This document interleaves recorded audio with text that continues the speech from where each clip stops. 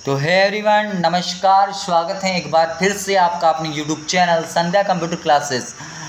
मैं श्रवण कुमार आप सभी का तहे दिल से आभार करता हूं। आप जुड़े हैं RECET के बेहतरीन चैनल के साथ में, जो हर बार विद्यार्थियों की उम्मीदों पर खरा उतरता है और इस बार आपके भी अच्छे परसेंटेज बनाने की जिम्मेदारी हमने ले रखी है। तो मेरे विद्यार्थियों, अभी भी अगर चैनल पर पहली बार विजिट किया तो चैनल को सब्सक्राइब जरूर करें, इस वीडियो को लाइक और शेयर जरूर दें। तो सबसे पहला क्वेश्चन आप सभी की स्क्रीन पे, जिन विद्यार्थियों का 7 तारीख को एग्जाम है, अब मात्र आपके सामने 3 दिनों का समय है, तो अब कमर कष्ट लीजिएगा क्योंकि बारी आपकी है। इस बार जो है काफ़ी अच्छे परसेंटेज के साथ में आपको पास होना है। सबसे पहला क्वेश्चन आप सभी की स्क्रीन पे कि इनमें से कौन सा वैध प्रोजेक्ट कनेक्टिविटी का विकल्प नहीं है। तो मेरे फ्रेंड्स, आपसे पूछा है कि इनमें से कौन सा वैध प्रोजेक्ट कनेक्टिविटी का एग्जाम्पल नहीं है। तो कंप्यूटर ओनली होता है, आपका डुप्लीकेट भी होता है, एक्सटेंस भी होता है और इन्वर्टेड नहीं होता। जैसा कि मैंने पहले भी वीडियो ला चुका हूं, उसमें मैंने ये क्वेश्चन करवाया है, तो इन्वर्टेड वाला नहीं होता। इसके अलावा प्रोजेक्टर ओनली भी होता है, तो इनके बारे में पता रखना है। कंप्यूटर ओनली में कंप्यूटर की स्लाइड पे जो दिखेगा केवल कंप्यूटर पे ही दिखेगा। प्रोजेक्टर ओनली में क्या होगा कि केवल प्रोजेक्टर की स्क्रीन दिखाएगी। डुप्लीकेट में दोनों में एक साथ दिखेगा। एक्सटेंड में क्या होगा कि आपको दोनों में दिखेगा तो सही, लेकिन स्लाइड जो होगी वो अलग अलग आपको देखने को मिलेगी। आगे बढ़ते हैं कि VGA कार्ड में कितने पिन होते हैं। तो यानी कि जो VGA आपकी केबल होती है, इसके अंदर आपको कितने पिन देखने को मिलते हैं। तो मेरे फ्रेंड्स, यहाँ से जो आपका करेक्ट आंसर है ऑप्शन सी, यानी कि 15 यहाँ से आपका बिल्कुल ही करेक्ट विकल्प हो जाता है। आगे बढ़ते हैं कि HDMI का विस्तारित रूप क्या है। काफ़ी महत्वपूर्ण क्वेश्चन है और कई बार एग्जाम में पूछा हुआ क्वेश्चन है। तो HDMI का जो पूरा नाम होता है वो आपका हाई डेफिनेशन मल्टीमीडिया इंटरफेस होता है। क्या होता है? High definition multimedia interface. Option जो आपको दिख रहा है ए, जहाँ से आपका बिल्कुल ही करेक्ट विकल्प माना जाएगा। आगे बढ़ते हैं नेक्स्ट क्वेश्चन कि ईमेल के संदर्भ में BCC क्या है। तो मेरे फ्रेंड्स देखिएगा, आपसे अगर कभी ईमेल का पूरा नाम पूछे तो आपको बताना है इलेक्ट्रॉनिक मेल। आपसे अगर BCC पूछे तो आपको बताना है blind carbon copy. Option B जो विकल्प आपको दिख रहा है यहाँ से आपका करेक्ट माना जाएगा। कभी आपसे अगर पूछे कि CC का मतलब क्या है तो कार्बन कॉपी होता है।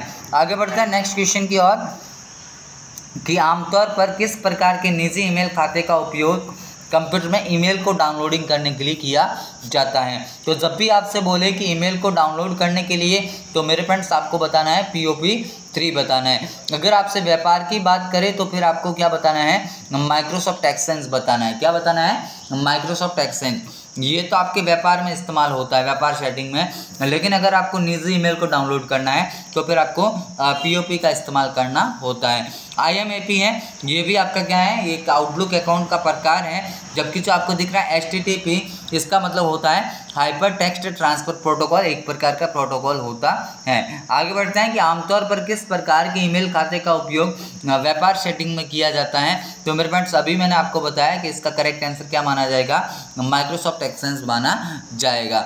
आगे बढ़ते हैं नेक्स्ट क्वेश्चन की ओर। आपसे काफ़ी अच्छा क्वेश्चन ये भी पूछा है कि एक कंप्यूटर वायरस जो पहचान को रोकने के प्रयास में एंटीवायरस पर सक्रिय रूप से हमले करता है। तो काफ़ी महत्वपूर्ण क्वेश्चन है और इस क्वेश्चन का जो करेक्ट आंसर हो जाएगा आपका रेट्रोवायरस हो जाता है। आगे बढ़ते हैं नेक्स्ट क्वेश्चन की ओर कि इनमें से कौन सा असली सुरक्षा और प्राइवेसी रिस्क का एग्जाम्पल नहीं है। तो मेरे फ्रेंड, जल्दी से आप लोग भी क्या करेंगे, अपने आप को आकलन करना है कि आपके जो भी हैं जो इन 35 में से कितने क्वेश्चन सटीक बैठ रहे हैं। अगर आपके 14 क्वेश्चन इन 35 में से सटीक बैठ रहे हैं तो एक बात के लिए आप सिर्फ जोन के साथ में है। लेकिन मैं आपसे बोल रहा हूं कि आप जो हैं अभी भी अगर आपने अगर कुछ नहीं पढ़ा, ये 3 दिन का समय आप सभी के पास में है। आप चैनल के साथ में आज से ही जुड़ जाओ, क्योंकि 7 तारीख के दिन आपको पॉजिटिव रेस्पॉन्स मिलने वाला है। जो स्टूडेंट इस चैनल के चार्ट में पढ़ेगा 80 से 90% आराम से गेन कर सकता है। तो बिल्कुल आपको चिंता नहीं करनी है, आप बिल्कुल सेफ जोन के साथ में अपनी तैयारी कर रहे हैं। तो यानी कि यहाँ से जो आपका करेक्ट आंसर क्या हो जाएगा? हैकर्स आपका बिल्कुल ही करेक्ट विकल्प माना जाएगा। आगे बढ़ते हैं कि पेस्ट स्पेशल कमांड आपको कॉपी और पेस्ट करने की सुविधाएं देता है। तो पेस्ट स्पेशल कमांड जो है आपको कॉपी और पेस्ट करने की सुविधा देता है। तो ये मेरे फ्रेंड्स आपके एक्चुअल फार्मूले की बजाय एक फार्मूले के परिणाम स्वरूप वैल्यूज़ की जो है आपको जानकारी देता है। आगे बढ़ते हैं नेक्स्ट क्वेश्चन की ओर कि वर्कशीट में एक स्थान से फॉर्मेटिंग को कॉपी कर किसी दूसरे स्थान पे फॉर्मेटिंग को अप्लाई करने के लिए इनमें से किसका इस्तेमाल किया जाता है। तो मेरे फ्रेंड्स आपको जो दिख रहा है कि स्टैंडर्ड टूल बार पर उपस्थित फॉर्मेट पेंटर बटन के द्वारा जो है आप एक स्थान से जो कॉपी की गई फॉर्मेटिंग को दूसरे स्थान पे अप्लाई कर सकते हैं। अगर इसी फॉर्मेटिंग को हटाना होता है तो मेरे फ्रेंड्स आपको क्लियर फॉर्मेटिंग करना होता है। क्या करना होता है? क्लियर फॉर्मेटिंग आपको करना होता है। तो इन दोनों में से आपको एग्जाम में कोई एक आध क्वेश्चन संभवतः आपसे पूछा जा सकता है। आगे बढ़ते हैं कि एक्सेल वर्कबुक निम्न में से किसके संयोजन से बनी होती है। तो जो एक्सेल की वर्कबुक होती है वो जो है वर्कशीट और चार्ट इन दोनों के संयोजन से मिलकर बनी होती है। ऑप्शन बी जो आपको दिख रहा है आप सभी के लिए बिल्कुल ही करेक्ट विकल्प माना जाएगा। आगे बढ़ते हैं नेक्स्ट क्वेश्चन की ओर कि MS पावर पॉइंट में वर्तमान स्लाइड से स्लाइड शो को शुरू करने के लिए कौन सी शॉर्टकट कुंजी का इस्तेमाल किया जाता है। तो मेरे फ्रेंड्स अगर आपसे बोले कि वर्तमान स्लाइड से तो आपको क्या बोलना है? शिफ्ट के साथ में F5। क्या बोलोगे? शिफ्ट के साथ में F5। लेकिन किसी भी स्लाइड से अगर आपको करना है तो आपको F5 करना होगा। क्या करना होगा? F5। और अगर इसी स्लाइड शो को आपको रोकना है तो फिर आपको एस्केप का उपयोग करना होता है। अगर इतनी सी बातें क्लियर हैं तो एग्जाम में बिल्कुल आपका क्वेश्चन इस बार फंसने वाला है। आगे बढ़ते हैं कि एक नई प्रेजेंटेशन बनाई जाती है तो खाली प्रेजेंटेशन से भी हो सकती है, मौजूदा प्रेजेंटेशन से भी हो सकती है, डिज़ाइन प्रेजेंटेशन से भी हो सकती है। तो उपरोक्त सभी विकल्प आप सभी के लिए बिल्कुल करेक्ट माना जाएगा। आगे बढ़ते हैं कि प्रेजेंटेशन में विद्यमान सभी स्लाइडों पर एक जैसा प्रदर्शन चाहने के लिए निम्न में से किसका उपयोग किया जाता है। तो अगर आपको क्या करना है कि आपने जो स्लाइड लगाई है उन सभी में अगर आपको एक ही जैसा प्रदर्शन लगाना है, एक ही जैसी अगर आपको प्रेजेंटेशन दिखाना है तो फिर आपको प्रेजेंटेशन डिज़ाइन टैबलेट का इस्तेमाल करना होता है। काफ़ी महत्वपूर्ण क्वेश्चन है, एग्जाम पॉइंट ऑफ व्यू से काफ़ी बार पूछा हुआ क्वेश्चन है। आगे बढ़ता है नेक्स्ट क्वेश्चन की ओर कि इनमें से कौन सा फीचर सिलेक्टेड एरिया की फॉर्मेटिंग को हटाता है। तो अभी मैंने बताया कि आपका जो है फॉर्मेटिंग जो आपने अप्लाई की है अगर उसको हटाना है तो क्लियर फॉर्मेटिंग का इस्तेमाल करना होता है। आगे बढ़ते हैं नेक्स्ट क्वेश्चन की ओर कि दस्तावेज में हेडर और फुटर डालने का मूल उद्देश्य क्या होता है। तो मेरे फ्रेंड्स जो है आप एक प्रकार से बोल सकते हो कि भाई इसकी दिखावट सुधारने के लिए आप क्या करते हो कि जो है हेडर और फुटर को डाला जाता है। ऑप्शन ए जो है आपके लिए करेक्ट माना जाएगा। आगे बढ़ते हैं कि निम्न में से कौन सा ऐप नागरिकों के मुद्दों को हल करने और समाधान करने के लिए इस्तेमाल किया जाता है। तो यहाँ से आपका राजस्थान संपर्क बिल्कुल ही करेक्ट विकल्प माना जाएगा। राजस्थान संपर्क में 5 स्टेप होते हैं, आप सभी को पता है। रजिस्ट्रेशन होता है, मॉडरेशन होता है, एलोकेशन होता है, डिस्पोजल होता है और वेरिफिकेशन होता है। इनके अलावा जो भी आपको एग्जाम में नाम दिखे वो फिर करेक्ट आंसर माना जाएगा। आगे बढ़ते हैं कि निम्न में से किस कनेक्टिविटी के जो है आवश्यकता हॉटस्पॉट में होती है। तो हॉटस्पॉट के लिए किस कनेक्टिविटी की आवश्यकता है तो आपको बताना है वाईफाई। अगर ऐसे क्वेश्चन नहीं पूछा तो फिर आपसे वाईफाई का पूरा नाम पूछेगा और वाईफाई का पूरा नाम वायरलेस फिडिलिटी होता है। क्या होता है? वायरलेस फिडिलिटी होता है। तो ये भी बातें आपको पता रखनी है। जो ब्लूटूथ है किस प्रकार का नेटवर्क है तो पर्सनल एरिया नेटवर्क होता है। ये भी बातें आपको पता रखनी है। आगे बढ़ते हैं कि PNR का पूरा नाम क्या है। तो मेरे फ्रेंड्स PNR का जो आपका पूरा नाम है वो आपका होता है पैसेंजर नेम रिकॉर्ड और ये 10 अंकों की एक विशिष्ट संख्या होती है जो आपके टिकट की स्थिति को ट्रैक करने में काम आती है या फिर आप बोल सकते हो कि सीट उपलब्धता की स्थिति को ट्रैक करने में इस्तेमाल की जाती है।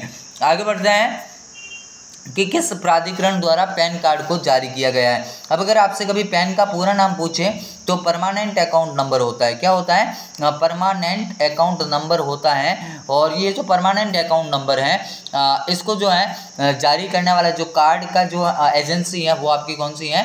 NSDL है, यानी नेशनल सिक्योरिटी डिपॉजिटरी लिमिटेड इसका पूरा नाम होता है और इसके लिए 49A फॉर्म लगता है। तो इतनी सी बात आपको क्लियर होनी चाहिए।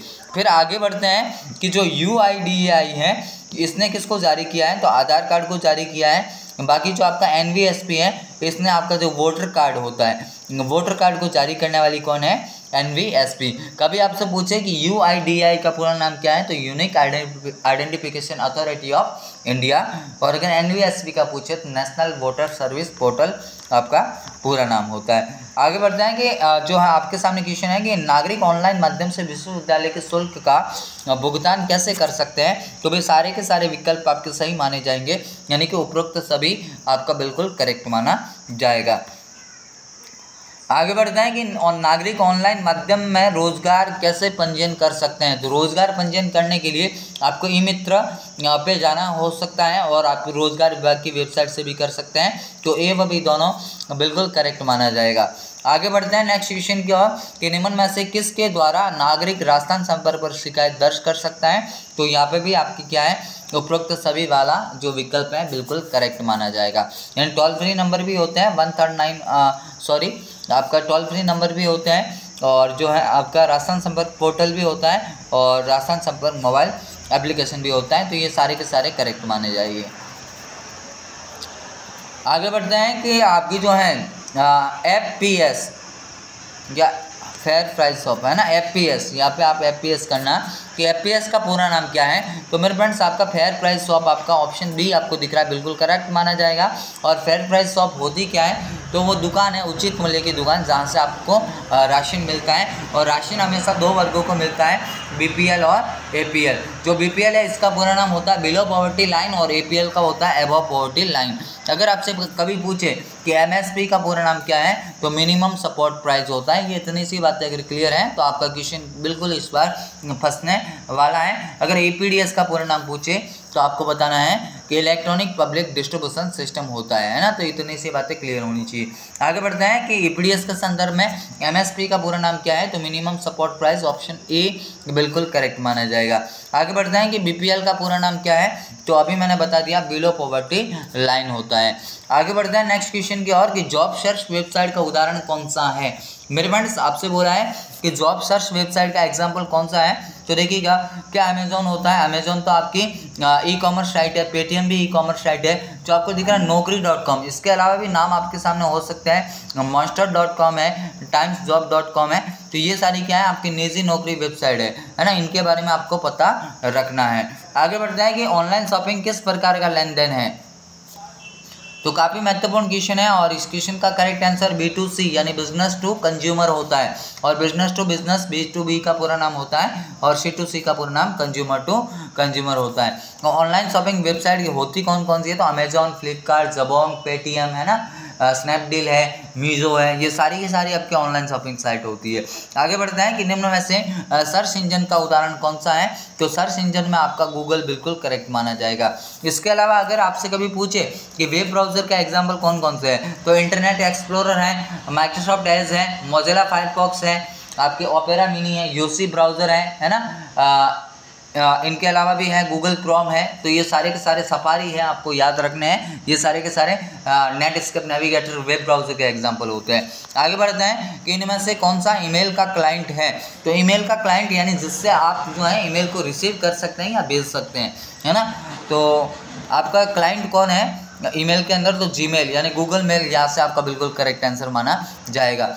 आगे बढ़ते हैं कि मॉक का पूरा नाम क्या है। तो मेरे फ्रेंड्स जो मॉक है, मॉक का पूरा नाम हो जाएगा मैसिव ऑनलाइन ओपन कोर्सेज। और इससे जुड़ी हुई जो संस्था है EDX, यूडेसिटी, कोर्सेरा और खान एकेडमी, इनके अलावा भी स्वयं है, NPTEL है। ये सारे के सारे किसके एग्जाम्पल होते हैं, मॉक से जुड़ी हुई संस्था के एग्जाम्पल होता है। और मॉक होती क्या है, तो ऑनलाइन स्टडी करने का एक प्लेटफॉर्म होता है जो कि गवर्नमेंट के द्वारा डेवलप किया गया था। आगे बढ़ता है कि निम्न में से कौन सा लाभ है जो प्रधानमंत्री जनधन योजना से जुड़े हुए लोगों को मिलता है। तो प्रधानमंत्री जनधन योजना की शुरुआत अगस्त 2014 में हुई थी। कब हुई थी, अगस्त 2014 में हुई थी। इसके अंदर 1 लाख का दुर्घटना बीमा, 30,000 की जीवन बीमा और जो है 5,000 की ओवरड्राफ्ट की सुविधाएं भी आपको देखने को मिलती है।